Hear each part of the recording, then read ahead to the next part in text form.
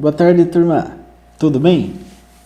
Turma, hoje nós vamos continuar estudando o circuito de corrente alternada, porém hoje iremos estudar com carga RC. Portanto, os objetivos são os seguintes: definição de reatância capacitiva, definição de impedância em um circuito RC do tipo série, análise do circuito RC série em alternada, procedimentos de cálculo para o circuito RC. Muito bem, então o que vem a ser reatância capacitiva? A tensão alternada senoidal, ao ser aplicada em um circuito com elemento capacitivo, faz surgir uma dificuldade adicional à passagem da corrente elétrica por esse circuito. Essa dificuldade de circulação de corrente elétrica, imposta pelo capacitor, é denominada reatância capacitiva. Então, nós temos que a formulinha da reatância capacitiva é 1 dividido por J ômega C, onde o ômega é 2πf. Então, é a mesma coisa que 1 dividido por J 2πfc.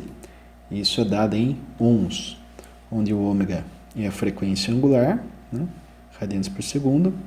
C é a capacitância do nosso capacitor dada em farads, mas em geral é em submúltiplos, mili, microfarads.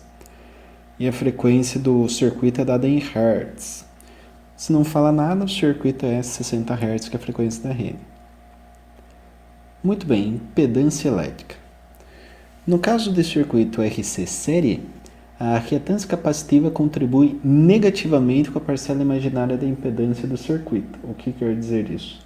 Lá nós temos lá na aula passada, nós temos uma reatância indutiva que era mais J.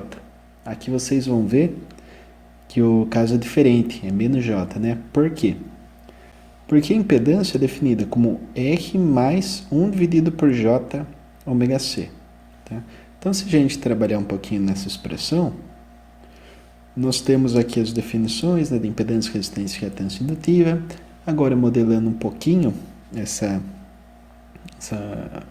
equação aqui, nós podemos separar 1 dividido por J e 1 dividido por ômega C. Por quê? Não está somando nesse bit ainda, está tudo multiplicando, posso fazer isso tranquilamente. Daí o que acontece? 1 dividido por J é a mesma coisa que menos J. Se perguntar para o professor de matemática lá do ensino fundamental, ele vai explicar lá a questão do número imaginário, se tem uma divisão de 1 por I, que é imaginário em matemáticas, vai ter menos I, tem uma... Basicamente, multiplicar embaixo e em cima, deve ter uma simplificação, se torna menos J, portanto, que é o número imaginário para nós em elétrica. Então, menos J vezes 1 dividido por ômega C é o que nós temos aqui como a impedância. Então, 1 dividido por ômega C é XC, e a impedância para um circuito RC em alternada vai ser Z, que é a impedância elétrica dada em ohms, igual a R, que é a resistência também dada em ohms, menos JXC, que também é dada em ohms, reatância capacitiva. Muito bem, então nós temos um modelo aqui de circuito capacitivo, uma fonte alternada, uma resistência e um capacitor, menos JXC aqui, certo? E temos as mesmas definições, a frequência angular não muda, 2πf ou 2π dividido por t, dado em radianes por segundo. Reatância capacitiva, já vimos que é 1 dividido por ômega c ou 1 dividido por 2πfc, em módulo. Aqui é dado em ohms, a indutiva, capacitiva é sempre dado em ohms. O que não é dado em ohm é a indutância, que é dada em amps, e a capacitância, que é dada em farads, mas as reatâncias é sempre dada em ohm. E daí, se eu tenho uma soma aqui, ohm com ohm, uma soma vetorial, então eu tenho um módulo. Nós temos que raiz quadrada, porque isso se torna aqui um triângulo retângulo. Raiz quadrada de R quadrado mais XC quadrado é dado para a impedância resultante, também em ohms. Só que se eu tenho uma soma vetorial, nós temos módulo e ângulo. O ângulo da impedância, o φz vai ser tangente a menos 1, ou arco tangente de menos XC dividido por R.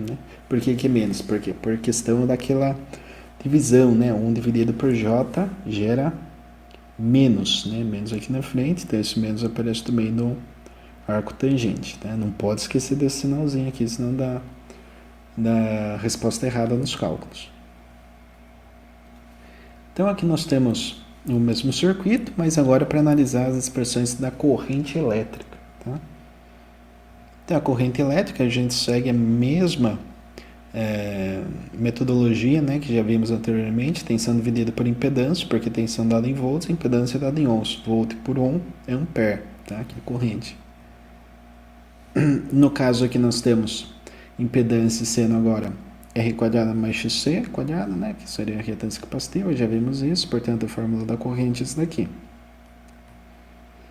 E se eu considerar que o ângulo de fase da tensão é nulo, ou seja, que eu estou na fase A, por exemplo, de um sistema ABC, da rede elétrica trifásica, nós temos que o ângulo da corrente será o ângulo da impedância com sinal oposto, né? Então tem menos aqui na frente, que é a mesma coisa que menos tangente a menos 1, ou arco tangente de menos XC dividido por R. Essa resposta dará em graus, obviamente, se a calculadora estiver em DEG, né? Tem que deixar parametrizada lá com um Dzinho. Se tiver com um Rzinho no canto superior direito ali, né, da calculadora, mude para Dzinho, tá? Dzinho é um D maiúsculo, na verdade, né? Porque o DEG trabalha com graus, que é o que a gente acaba efetivamente trabalhando aí quando se estuda circuitos elétricos de corrente alternada. Certo, turma? Então aqui eu trago um exemplo para analisarmos. Então nesse exemplo eu peço: calcule a reatância capacitiva, a impedância elétrica e a corrente elétrica de um circuito C a série com as seguintes características. É um circuito do tipo resistência e capacitância, né, série, né? Resistor e capacitor série alimentado com uma tensão aqui no caso, né, monofásico, 110 volts, sendo que a resistência é de 10 ohms e o capacitor tem aí 330 microfarads como capacitância. Tá? Então, para começarmos aí, se eu quero reatância capacitiva, devo calcular a frequência angular, que é 2πf. Né?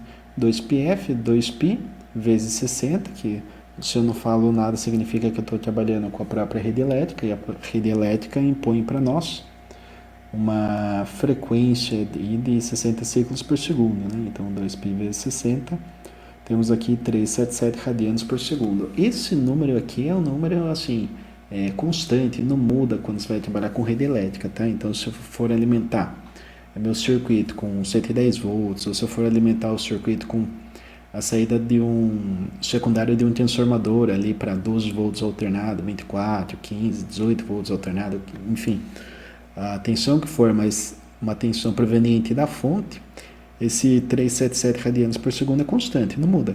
A não ser que eu tenha um gerador de sinais, né? Daí o gerador de sinal ele vai gerar o sinal que você parametrizar aqui na frequência. Se for 60 Hz vai ser 60, se for 100 é 100, 1 kg, enfim, né? E daí variando essa frequência, vocês já devem ter visto alguma coisa que varia a reatância, varia na reatância e varia também o nível de sinal de saída. Mas isso daí é uma questão para uma aula posterior. Né? Inicialmente a gente adota aqui rede de 60 Hz, 377 radianos por segundo. Né? Muito bem. Se eu tenho 377 radianos por segundo, que é o 2π vezes 60 que eu utilizei aqui na fórmula, se eu multiplicar agora pela capacitância, nós temos essa equação que gerará, como resposta final, uma reatância capacitiva de 8,04 ohms. Tá? Lembrando que a reatância é dada em ohms, mas a capacitância é dada em farads. Tá? Então já encontramos aí o primeiro item, né, que seria a reatância capacitiva. O próximo é a impedância elétrica. Né? Então a impedância, em termos de módulo, é tranquila, R quadrada mais XC quadrada. O R vale 10, o XC já calculamos vale 8. Fazendo essa soma vetorial, resulta em 12,83 ohms. Né? Não é 18, né? Ah, é 10 mais 8, não é 18. Não, é vetorial, tá? Então você tem que fazer Pitágoras.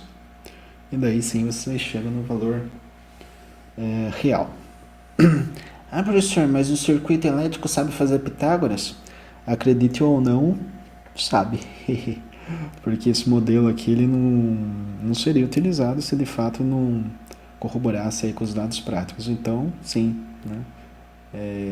O Teorema de Pitágoras que você achou que não queria utilizar na vida, você acaba utilizando aqui em elétrica e ele acontece na prática mesmo, uma prática que você não enxerga, mas que sente, né? Se tomar um choque, por exemplo.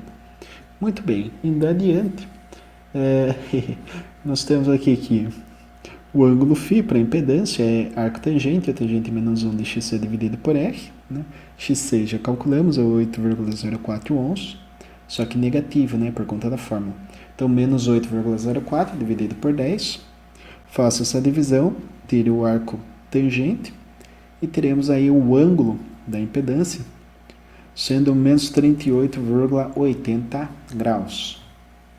Portanto, a impedância resultante é 10 menos J 12,83, que equivale a 12,83 em módulo. Aqui é 8, tá, turma?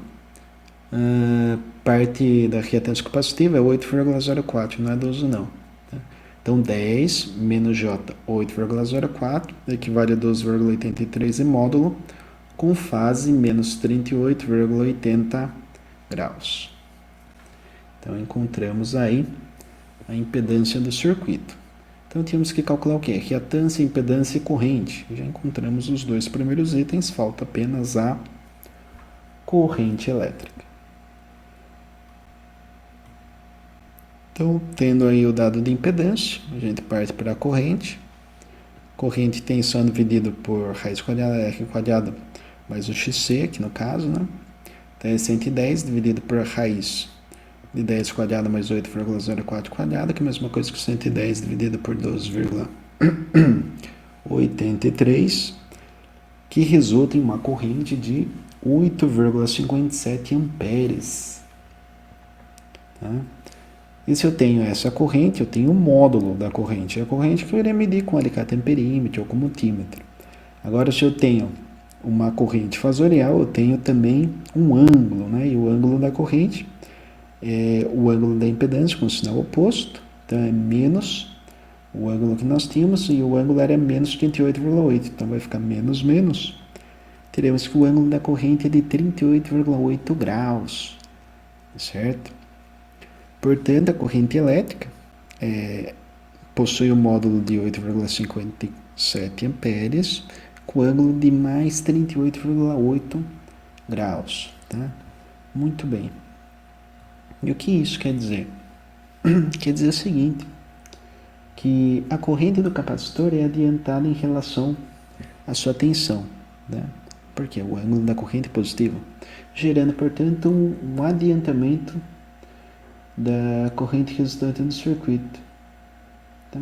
Então, a corrente do circuito ela vai estar 38,8 graus adiantada com relação à tensão. Então, se a tensão vai passar por zero, a corrente já passou por zero há um tempo atrás, a 38,8 graus para trás. Tá? Quando a corrente está atrasada, que é o caso do indutor, por exemplo, né, passa a tensão por zero, depois de um certo tempo, daí sim passa a corrente. O capacitor é o oposto. Você pode imaginar isso daí da seguinte forma. O indutor não é mais J, então é para cima, né, na vertical e no eixo imaginário. Mais J para cima, menos J para baixo. Então a diferença de 180 graus. Né? Então se o indutor ele atrasa a corrente, o capacitor ele adianta para fechar essa diferença aí. Tá certo? Então, fazendo essa analogia aí, dá para você entender melhor essa relação de reatância capacitiva e reatância indutiva em circuitos de corrente alternada. Beleza, turma? Agradeço aí a atenção de todos em mais uma aula. Estou disponível no chat sempre para tirar dúvidas. Podem escrever para mim, podem mandar áudio, né? No final da aula, se necessário for, eu abro uma videochamada, tá certo? E sempre lanço aí umas 2, 3 perguntinhas aí no decorrer da aula para verificar se vocês conseguiram assimilar meio conteúdo. Essas perguntas elas vão gerando aí um acervo de dados, né, que posteriormente eu lanço no NSA como menção, tá? Mas se errar 1, 2 perguntinhas, professor, errei 2 perguntinhas no questionário de hoje, eu fiquei lá com 30 pontos só, ou 40 pontos, pô, E agora, né? Não tem e agora, porque, pô, eu já passei uns 4 questionários para vocês, né? Então, se você for mal em um ou dois, não é isso que vai prejudicando a sua menção final, tá? Então, não se preocupe nesse momento com relação à menção, pense mais no conhecimento, né? Puxa, o conteúdo, será que eu estou entendendo? Tal? Se não estiver entendendo, entre em contato e a gente vai conversando aí para parar as arestas e tornar aí a aula o mais dinâmica e proveitosa possível para todos, certo? Agradeço mais uma vez a atenção de todos, bons estudos e até a próxima.